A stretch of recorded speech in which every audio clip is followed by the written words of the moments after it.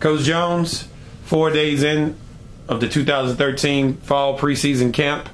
The last 2 days, the guys were in shells. 2 days before that, they were in helmets. Just talk about what you've seen thus far. Well, I'm seeing what I'm referring to as a natural progression. You know, we came out in helmets. Everybody was an athlete. Because all you're doing is running around playing catch and touch. All right, we came out and put some pads on. Some of them athletes, or some of that athleticism, diminished on both sides. And so today was our second day in pads. The heat was a little more intense. It was an afternoon practice. And so once again, some of those things start to diminish a little bit. And you know, tomorrow we'll put pads on, and then what you'll start to see are football players, guys who are emerging as football players, and you'll start to see some guys starting to separate a little bit because they're used to this, they understand what they're getting ready to get into, and other guys, this will be a complete shock to their system. Now, I noticed today was one of the first days you've had an afternoon practice. We do know because the first day you weren't able to practice because of the weather. But with the 6 o'clock kickoffs, your the first four contests are 6 o'clock kickoffs. First one is at Grambling, next one is at Tuskegee, next one is at South Carolina State.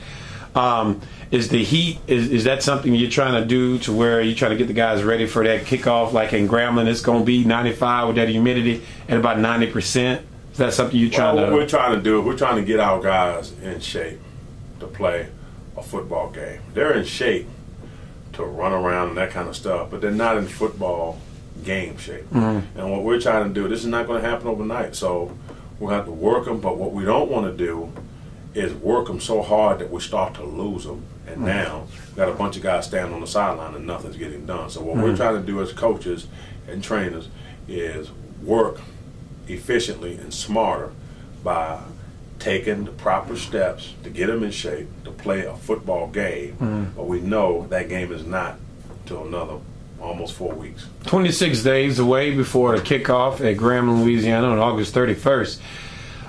Coach, as Coach Towns always said, the Bulldogs start clucking tomorrow. Talk about what you're looking forward to see in those drills. I'm looking for some people to cluck. That's about it.